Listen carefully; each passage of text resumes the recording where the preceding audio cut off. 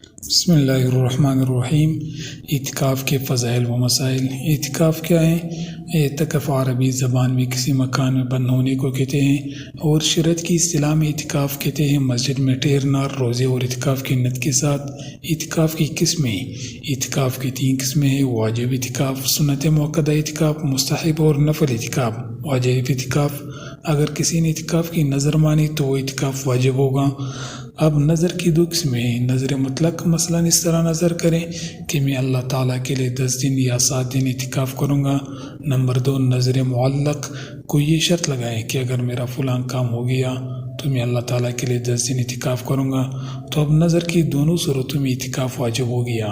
اب اس اعتکاف کے ساتھ روزہ بھی لازم ہو گیا، اگرچہ یہ نیت کرے کہ روزہ نہ رکھوں گا۔ اسی وجہ سے فقہاء نے مسئلہ لکھا ہے کہ کوئی شخص رات کی اعتکاف کی نیت کرے تو وہ لغو سمجھی جائے گی، کیونکہ رات روزہ کا محل نہیں۔ ہاں، اگر رات دن دونوں کی نیت کرے یا صرف دن کی نیت کریں تو پھر رات ضمناً داخل ہو جائے گی اور رات کو بھی اعتکاف کرنا ضروری ہوگا۔ نمبر 2 سنت موقدہ اعتکاف۔ رمضان کے آخری 10 دن کا اعتکاف سنت موقدہ علی الکفایہ ہے، یعنی محلہ یا بستی میں بعض لوگوں کا کر لینے سے سب کے ذمہ سے ادا ہو جاتا ہے، اور اگر کوئی بھی نہ کرے تو سب گناہ گار ہوں گے۔ نمبر 3 مستحب اور نفل اعتکاف۔ مستحب اور نفل اعتکاف کے لیے کوئی مقدار اور وقت متعین نہیں، تھوڑی دیر کے لیے بھی نفل اعتکاف ہو سکتا ہے۔ جب مسجد میں داخل ہو ساتھ ساتھ اعتکاف کی نیت بھی کر لیں تو جب تک مسجد میں رہے گا اعتکاف کا ثواب بھی ملتا رہے گا۔ نیت دل میں ہوتی ہے، دل میں یہ عزم کر لیں کہ جب تک میں مسجد کے اندر ہوں اعتکاف کی نیت کرتا ہوں۔ زبان سے نیت کرنا فرض اور ضروری نہیں، اصل نیت دل کے ارادے کا نام ہے۔ ہاتھ زبان سے بھی کہہ لے تو بہتر ہے۔ مسجد میں داخل ہوتے ہوئے اس طرح داخل ہو کہ دایاں پاؤں پہلے مسجد میں رکھے اور دعا پڑھیں: بسم اللہ والصلاۃ والسلام علی رسول اللہ، اللہم افتح لی ابواب رحمتک۔ پیارے نبی صلی اللہ علیہ وسلم کی پیارے سنتیں صفحہ نمبر 5 میں ہے۔ اس کے ساتھ ساتھ اعتکاف کی بھی دعا پڑھ لیں: نویت الاعتکاف ما دمت فی ھذا المسجد۔ اعتکاف کے فضائل۔ حضرت عائشہ رضی اللہ عنہ فرماتی ہیں کہ حضور اکرم صلی اللہ علیہ وسلم نے فرمایا، جو ایمان کے ساتھ اور ثواب کی نیت سے اعتکاف کرے گا اس کے پچھلے گناہ معاف ہو جائیں گے۔ نمبر 2 حضرت ابن عباس نے فرمایا کہ آپ صلی اللہ علیہ وسلم نے فرمایا کہ اعتکاف کرنے والا ایک تو تمام گناہوں سے محفوظ رہتا ہے، دوسرے اس کے لیے وہ تمام نیکی کرنے والے کی نیکیاں لکھ دی جاتی ہیں جسے وہ اعتکاف کی وجہ سے نہیں کر سکتا۔ نمبر 3 حضرت حسین بن علی رضی اللہ عنہ سے روایت ہے کہ آپ صلی اللہ علیہ وسلم نے فرمایا، جو رمضان کے کسی ایک عشر کا اعتکاف کرے گا گویا اس نے 2 حج اور 2 عمرے کیے ہیں۔ نمبر 4 حضرت ابن عباس فرماتے ہیں کہ میں نے اس قبر والے یعنی حضور صلی اللہ علیہ وسلم سے سنا کہ جو شخص اپنے بھائی کے کسی کام میں چلے اور کوشش کرے اس کے لیے یہ 10 برس کے اعتکاف سے افضل ہیں، اور جو شخص 1 دن کا اعتکاف بھی اللہ تعالیٰ کی رضا کے لیے کرتا ہے تو اللہ تعالیٰ اس کی اور جہنم کے درمیان 3 خندقیں آڑ فرما دیتے ہیں جن کی مسافت آسمان اور زمین کی درمیانی مسافت سے بھی زیادہ ہے۔ نمبر 5 حضرت عائشہ اور حضرت انس روایت فرماتے ہیں کہ حضور صلی اللہ علیہ وسلم نے فرمایا، جس نے دودھ دونے کی مقدار بھی نفلی اعتکاف کیا اس نے ایک جان یعنی غلام کو آزاد کیا۔ نمبر 6 ایک روایت میں ہے کہ جو شخص مغرب سے عشاء تک مسجد جماعت میں اعتکاف کریں اور سوائے نماز کے اور تلاوت قرآن کے اور گفتگو نہ کریں تو اللہ تعالیٰ اس کے لیے جنت میں محل بنا دیں گے۔ نمبر 7 حضرت ابو ہریرہ فرماتے ہیں کہ حضور صلی اللہ علیہ وسلم نے فرمایا کہ کچھ لوگ مسجد کے کونٹے یعنی میخے ہوتے ہیں کہ ہر وقت مسجد میں بیٹھے عبادت میں مصروف ہوتے ہیں، ایسے لوگوں کے فرشتے ہم نشین ہوتے ہیں۔ اگر یہ مسجد سے چلے جاتے ہیں تو فرشتے ان کو تلاش کرتے ہیں، اگر یہ بیمار ہوتے ہیں تو فرشتے ان کی بیمار پرسی کرتے ہیں، اور اگر ان کو کوئی ضرورت پیش ہوتی ہے تو یہ فرشتے ان کی مدد کرتی ہیں۔ نمبر 8 حضرت عطا خراسانی رحمۃ اللہ علیہ فرماتے ہیں کہ معتکف کی مثال اس شخص کی سی ہے جو اللہ کے در پر آ پڑا ہوں اور یہ کہہ رہا ہوں کہ یا اللہ جب تک آپ میری مغفرت نہیں کریں گے میں یہاں سے لوٹ کر نہیں جاؤں گا۔ حدیث میں آتا ہے کہ جو شخص فساد کے زمانہ میں میرے ایک سنت پر عمل کرے گا اللہ تعالیٰ اس کو 100 شہیدوں کا اجر عطا فرمائیں گے۔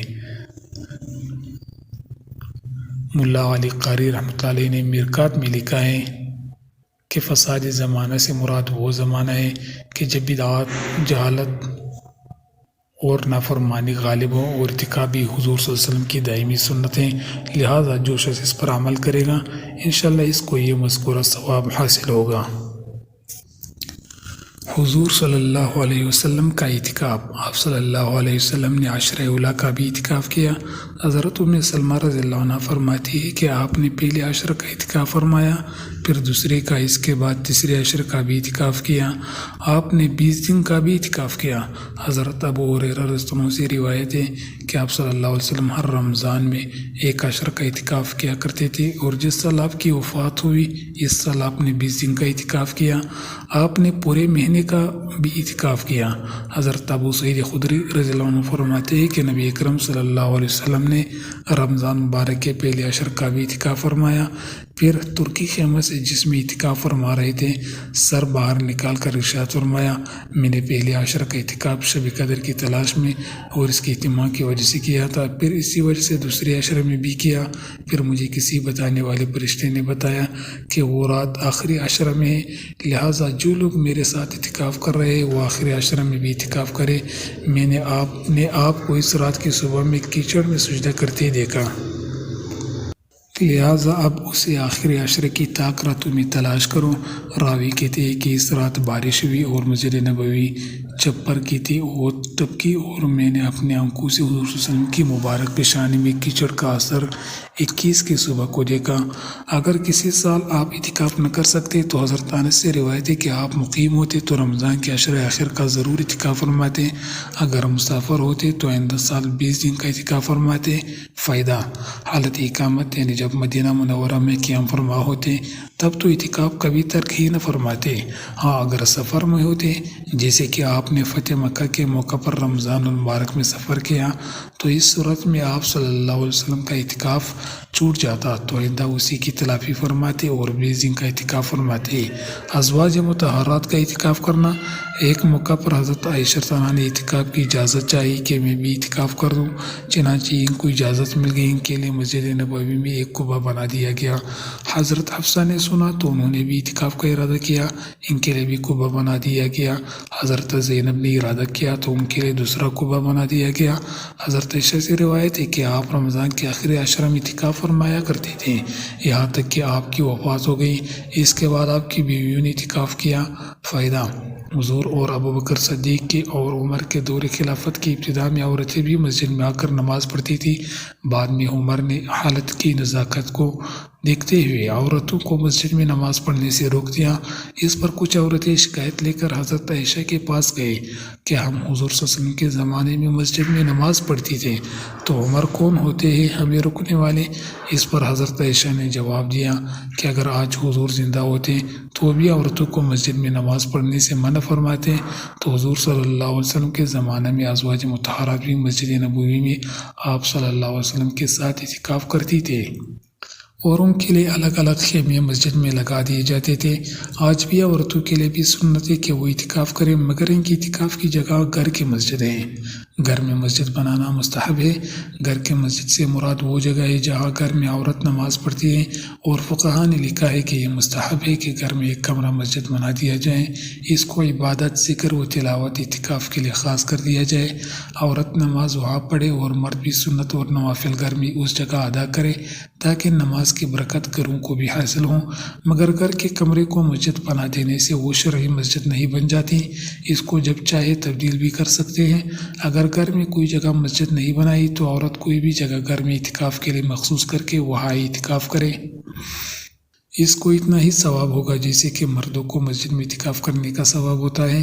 اعتکاف کی شرائط: جس مسجد میں اعتکاف کیا جائے اس میں 5 وقت نماز باجماعت ہوتی ہو، اور مولانا رشید احمد لدھانوی رحمۃ اللہ علیہ نے لکھا ہے کہ جماعت شرط نہیں بلکہ جس مسجد میں 2-3 وقت بھی نماز ہوتی ہے وہاں بھی اعتکاف جائز ہے۔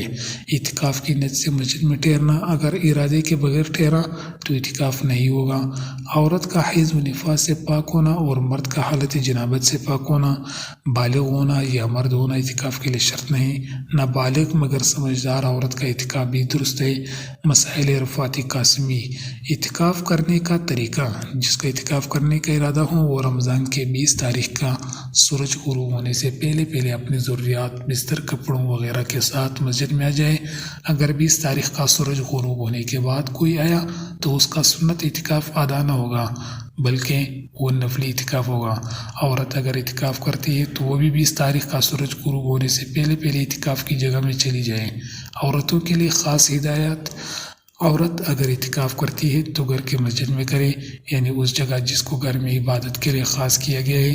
اگر کسی جگہ کو گھر میں عبادت کے لیے خاص نہیں کیا گیا تو پھر کسی جگہ بھی اعتکاف کر سکتے ہیں، مگر بہتر یہ ہے کہ وہ پورے کمرے کو اعتکاف کے لیے خاص کرے۔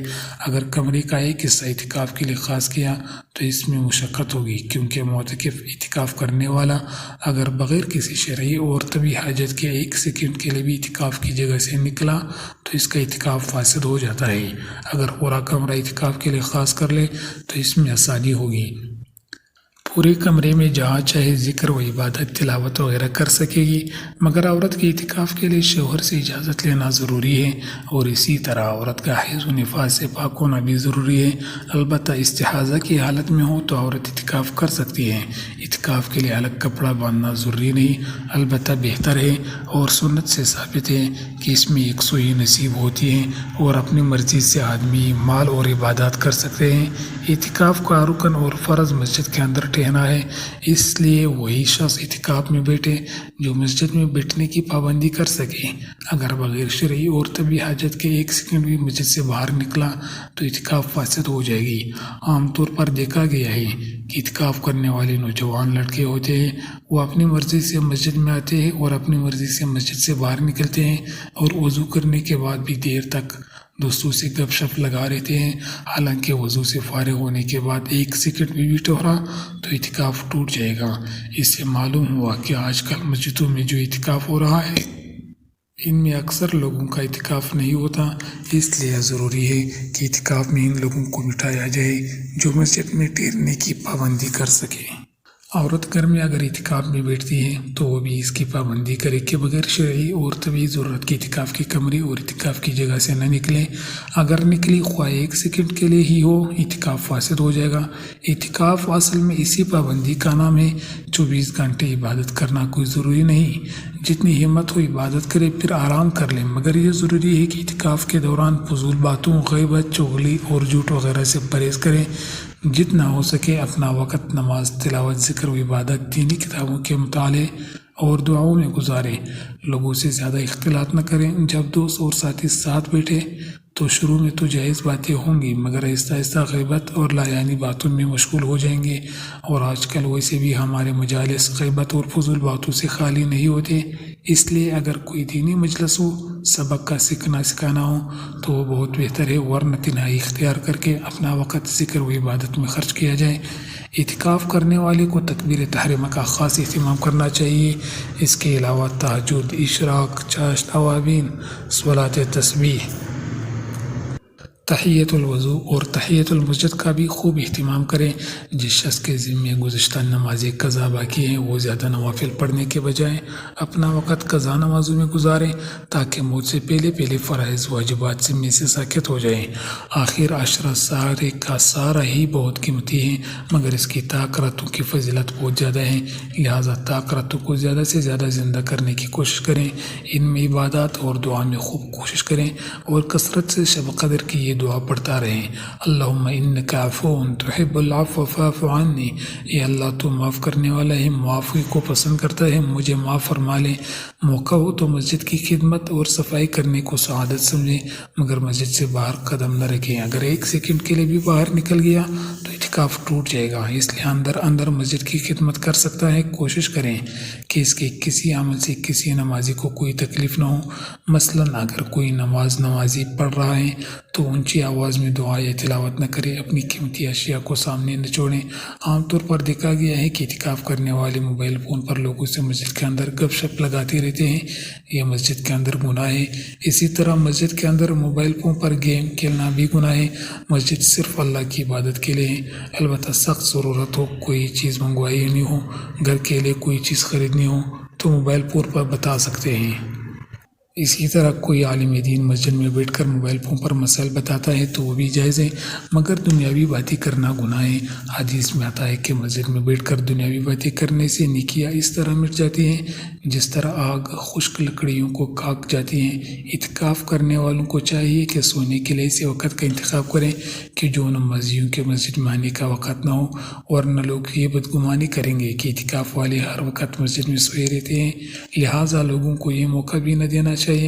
مسجد میں سوئے تو موٹا کپڑا بچھا کر سوئیں اور اپنی قیمتی اشیاء مثلا موبائل فون پیسوں کی خود حفاظت کر کے سوئیں تاکہ آپ کی وجہ سے کوئی دوسرا شخص گناہ گار نہ ہو جائے۔ مسجد میں اگر امام صاحب عالم دین ہوں تو اس کو اپنی سعادت سمجھے اور ان سے روزانہ تھوڑا وقت لے کر دین سیکھیں تاکہ ان 10 دنوں میں کم از کم نماز، کلمے وغیرہ تو ٹھیک ہو جائیں، اور اگر دیندار سمجھدار ساتھی ہوں تو جماعت کی ترتیب بنا کر روزانہ اجتماعی تعلیم، فضائل اعمال، فضائل صدقات اور حیات صحابہ سے ہوں، اور اس کے بعد کھانے پینے، سونے جاگنے کی سنتوں کی مذاکرے کریں۔ مسجد کی حد، مسجد وہ حصہ ہے جس بانی مسجد نے مسجد قرار دے کر وقف کیا ہوں، لہٰذا بعض مقامات کو ہم تو مسجد کہتے ہیں مگر وہ شرعاً مسجد نہیں ہوتے، مثلا وضو خانہ، غسل خانہ، استنجا خانہ، امام کا حجرہ وغیرہ، ان پر مسجد کے احکام جاری نہ ہوں گے، لہٰذا اگر معتکف ان جگہوں میں بغیر کسی شرعی حاجت کے چلا گیا تو اعتکاف ٹوٹ جائے گا۔ عام طور پر مسجد کی سیڑھیاں بھی مسجد سے باہر ہوتی ہیں جن کے ذریعے اوپر منزل پر جاتے ہیں، لہٰذا ان سیڑھیوں پر بھی بغیر شرعی حاجت کے گیا تو اعتکاف ٹوٹ جائے گا۔ ہاں وہ سیڑھیاں اگر مسجد کے اندر ہو تو پھر ان سیڑھیوں پر جانے اور ان کے ذریعے اوپر والی منزل پر بھی جانا جائز ہے۔ بعض مساجد میں امام کا حجرہ اور بچوں کے پڑھنے کی جگہ بھی مسجد سے باہر ہوتی ہے، وہاں جانے سے بھی اعتکاف ٹوٹ جائے گا۔ اسی طرح بعض مساجد میں سامان رکھنے کے اسٹور اور گودام بھی مسجد سے باہر ہوتے ہیں، وہاں جانے سے بھی اعتکاف ٹوٹ جائے گا۔ بعض مساجد کے صحن میں جو ہاؤس بنا ہوتا ہے وہ بھی مسجد سے خارج سمجھا جاتا ہے، وہاں جانے سے بھی اعتکاف ٹوٹ جائے گا۔ اسی طرح بعض مساجد میں کلی وغیرہ کرنے کے لیے جوتوں کی جگہوں پر واش بیسن لگے ہوتے ہیں، وہ مسجد سے عموماً باہر ہوتے ہیں، وہاں جا کر کلی کرنے سے بھی اعتکاف ٹوٹ جائے گا۔ اسی طرح معتکف نے افطاری کی، کھانا کھایا تو صرف ہاتھ دھونے اور کلی کرنے کے لیے وضو خانے نہیں جا سکتا، گیا تو اعتکاف ٹوٹ جائے گا۔ ہاں وضو کرنے جائے تو ساتھ میں ہاتھ بھی دھل جائے گی اور کلی بھی ہو جائے گی۔ معتکف کو پیش آنے والی حاجتیں، ان حاجتوں کی 3 قسمیں ہوتی ہیں: حاجت شرعیہ، حاجت طبیعیہ، حاجت ضروریہ۔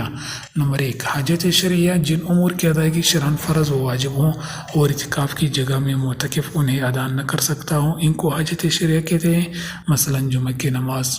مسئلہ، معتکف کی مسجد میں جمعہ کی نماز نہ ہوتی ہو تو اس کو جامع مسجد میں اتنی دیر پہلے جانا چاہیے کہ خطبہ شروع ہونے سے پہلے وہاں 2 رکعت نفل تحیۃ المسجد اور 4 سنت اطمینان سے پڑھ لے، پھر جمعہ کی فرضوں کے بعد 6 رکعت سنت اور نفل پڑھ کر اپنی اعتکاف والی مسجد آ جائے۔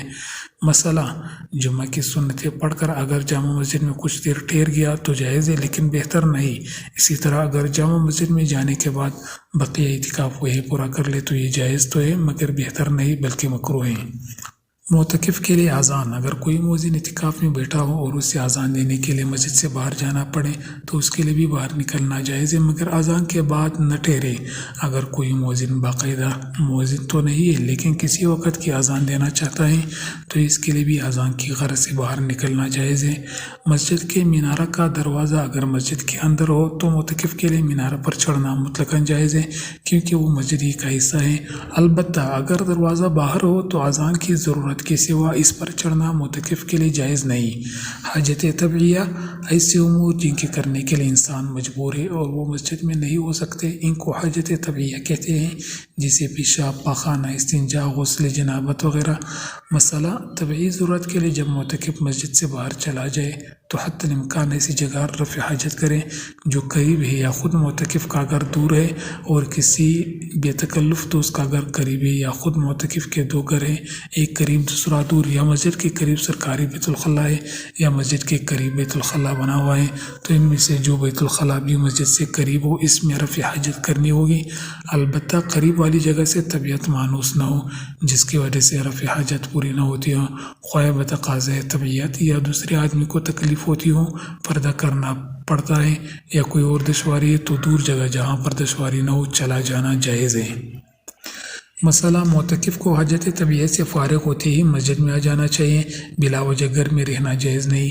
معتکف کی ریح یعنی ہوا خارج ہونے لگے، اگر ممکن ہو سکے تو اس کو مسجد سے باہر جا کر خارج کریں، اگر بلا اختیار مسجد ہی میں خارج ہو جائے تو بھی مذائقہ نہیں، معذور ہے۔ مسئلہ جب معتکف حاجت شرعیہ اور حاجت طبیعہ کے لے جائے تو اپنی عادت کے مطابق چال سے چلے، جلدی چلنا ضروری نہیں بلکہ ذرا ہلکی آہستہ چال سے چلنا اس کے لیے بہتر ہے تاکہ چلتے ہوئے سلام کرنے اور جواب دینے میں آسانی ہو۔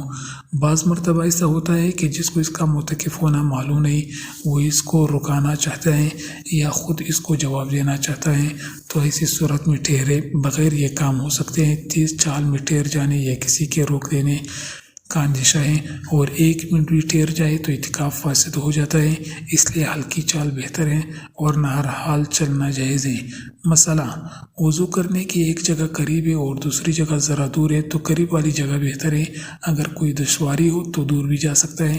اسی طرح پیشاب پاخانے، استنجا خانے اور غسل خانے کا حکم ہے کہ جب تک قریب ترین جگہ پر ضرورت پوری ہوتی ہو تو بلا ضرورت دور نہ جائیں۔